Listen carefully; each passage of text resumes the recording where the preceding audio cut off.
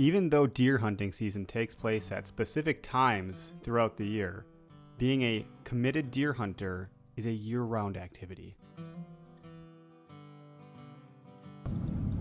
So why did I get into hunting? It's a pretty long answer to a pretty simple question. I got into hunting when I was a kid because I guess my dad did it, so that pretty much answers that question. But really, once I started getting into hunting with my dad, I realized there's a lot more that goes into it than what people think. It's not just about the quote-unquote kill.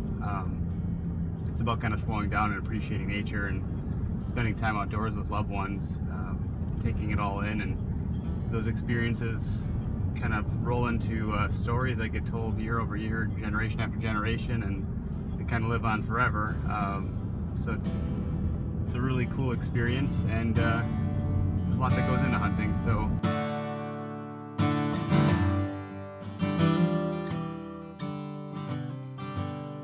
with all of the preparation that goes into deer hunting, as a public land deer hunter, it typically starts out with figuring out where you're going to hunt during the upcoming deer season.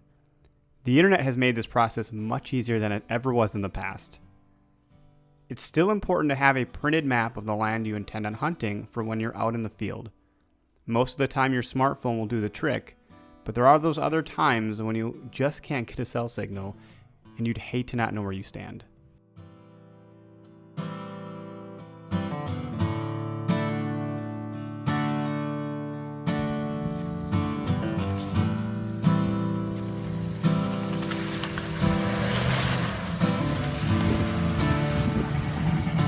So I'm out here on some public land. We're doing some deer scouting, and this is preparation for this coming season in 2016 for fall. And I want to just take a second and stop. We're going to be doing this a whole bunch today, but this is a buck rub. Anyone that's into hunting whitetail, you want to find these. This is a good sign here. So the way you would read this is an old scrape or an old rub, but you'd actually look at the height of this. And based on where I'm at here, this isn't so bad. You want to find the center point and figure where that's at. It's about my knee. I'd say a better rub would be if it was probably up to here. That would indicate it's a bigger, larger animal because it's taller. Its rack is much larger.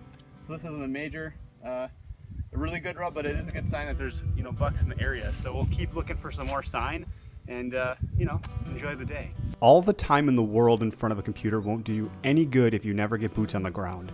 You have to get out onto the land itself if you really want to understand what's going on.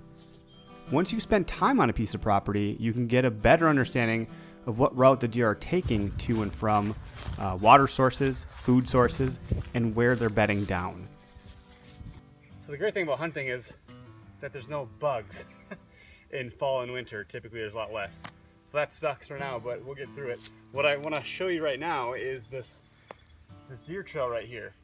So this is a high traffic highway, or deer highway that I would call it, where if you find these, you're basically going to try to pattern the animal and figure out where they're going, what their daily habits are. So this trail is either going to food or water. So we want to figure out when they're traversing this trail, either in the morning or the evening, coming to or from their bed to feed or to drink water. These are the kinds of things you want to look for in the woods when you're scouting for deer. So we're on to some good stuff today.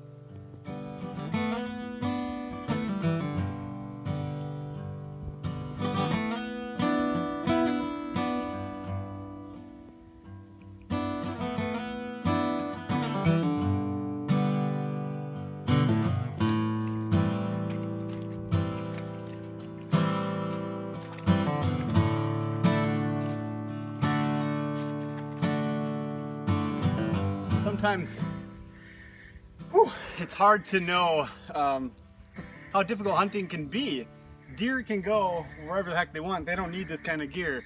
So sometimes it's hard to follow them. But to get the big deer, this is the kind of stuff you need to do. You got to get in there. You got to get messy and dirty, and you got to work real hard, because a lot of the other hunters aren't going to be doing that kind of stuff, especially on public hunting land. So we're done with the scouting for today.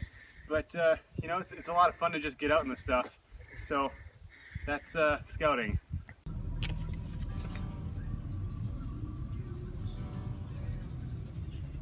So this is like a really cheap way to do some target practice. Is to just get some paper plates and some Sharpie markers, and you can kind of just create your own little bullseye here. isn't anything too special. But some targets are really expensive. And as a hunter, sometimes it's really important to know where to put your money. Things can add up pretty quick. And a target block can be well over $100. So this is a really nice way to do this. Something I've been doing for quite a few years.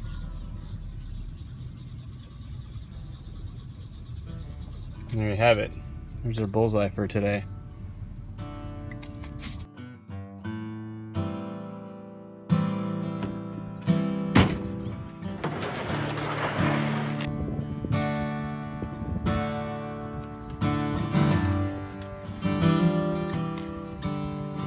Practicing is something that needs to be taken seriously and done year-round. When the opportunity arises for a shot, you need to be confident you can make an ethical kill. There's no feeling worse than injuring an innocent animal. Every practice shot taken helps build that confidence that when the time comes, you'll be able to take the one shot that counts the most.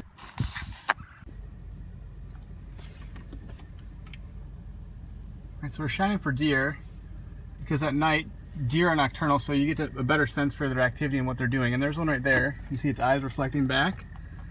Two of them actually.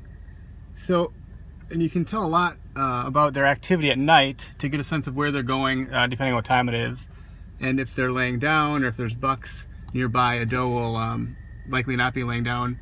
This is not anywhere near deer hunting season, so the activity is going to be very different. But again, it's just important to get an idea and get eyes on the deer and see what they're actually doing in the area. What times they're active, where they're coming to and going from feeding areas and drinking areas. You can kind of shine around here and see if there's anything else out here. There's another one way back there. You can see its eyes reflecting back. It's hard with the window. We'll go back to these two here. But again, if I were to come here in the day, the odds of me seeing these deer pretty slim to none, realistically. And again, just getting an idea of what they're doing. So feeding patterns, if it's close to rut, you can get a really good idea if the rut's happening or not, based on if the doe are laying down bedded or if they're up and anxious, meaning they're being chased. So we're gonna go ahead and leave these deer be and get out of here so we're not bothering them too much. We want to stress them out. But that's what we're doing here, is just shining and getting a better, more in-depth kind of perspective on scouting.